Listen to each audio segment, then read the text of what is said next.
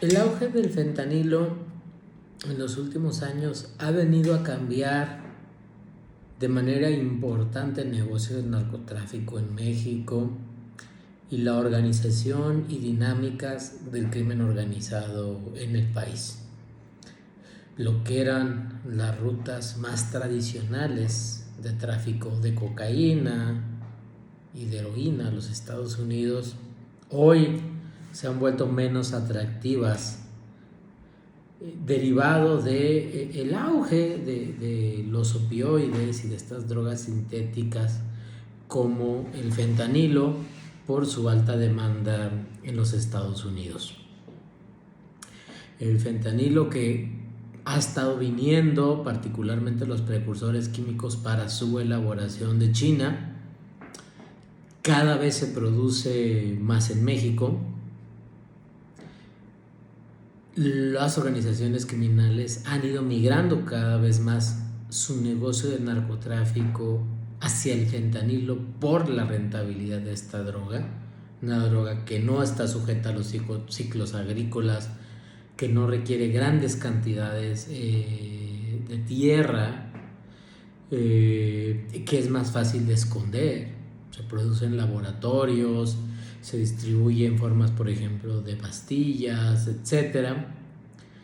Y bueno, esto ha hecho precisamente que los puertos y las rutas del Pacífico Norte, lugares como Guaymas, por ejemplo,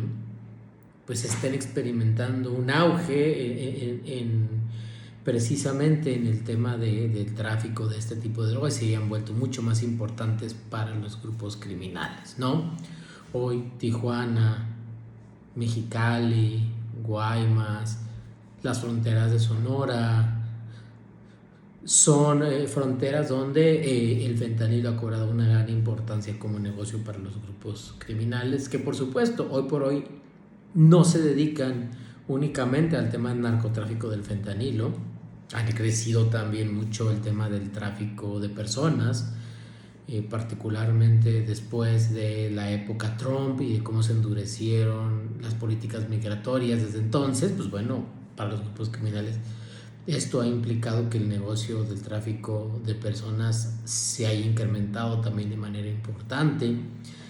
Siguen, por supuesto, muy activos en negocios como el huachicol, la extracción de rentas, entre otros negocios, pero el fentanilo se ha convertido en un negocio muy importante, y por eso estamos viendo, por ejemplo, decomisos importantes en zonas como en Guaymas de fentanilo que antes pues no se veía, ¿no? En particular, y dentro del contexto nacional en el cual se observa en gran parte del territorio una disputa entre el cártel de Sinaloa y el cártel Jalisco Nueva Generación, que se pelean las diferentes rutas y plazas, muchas veces a través de grupos más pequeños que operan como franquicias. Dentro de este contexto, pues también estamos viendo esta disputa por el negocio del fentanilo, ¿no? Y que también ha ido creciendo ya no solo en el tema de el tráfico hacia los Estados Unidos por la alta demanda que tiene allá a partir del auge de los opioides, sino también poco a poco empieza a incrementarse el consumo en México, ¿no? En zonas como Tijuana ya también hay ahí un nicho y un negocio importante en también el narcomenudeo de fentanilo a nivel local, porque ha venido creciendo el consumo de estas drogas, particularmente en la frontera, ¿no? Juárez, Tijuana,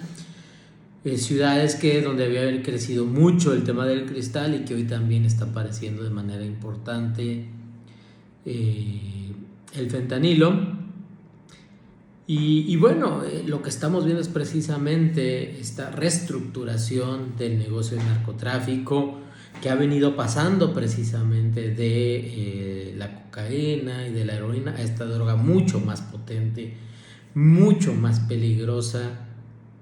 también mucho más rentable, más fácil de esconder, más fácil de transportar, y que lo hace tan atractiva para los grupos criminales, ¿no? y que hoy ha hecho pues que estados, por ejemplo, como Sonora, hayan crecido mucho en sus niveles de violencia por las disputas entre los diferentes grupos,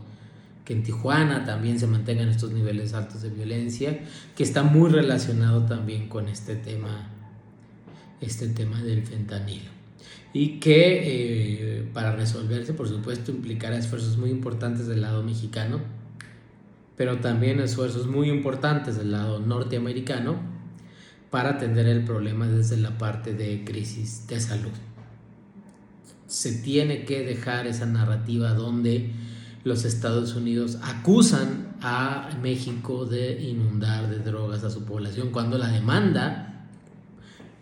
y particularmente en el caso de los opioides y el fentanilo, la crearon ellos y muchas veces sus propios médicos. Y también, por supuesto, del lado mexicano habrá en su momento, y ese es tema de otra ocasión, pero también dejar de culpar a que el tema de la violencia en México se debe únicamente a el flujo de armas de Estados Unidos para México. Esto tampoco es tan así, ¿no? Ni la violencia en México se debe únicamente a las armas que fluyen de Estados Unidos a México, ni el problema de adicciones y la crisis de salud en Estados Unidos se debe exclusivamente a que México inunde de drogas a Estados Unidos, una demanda que ellos ya tienen y que tienen que abordar desde un enfoque de salud.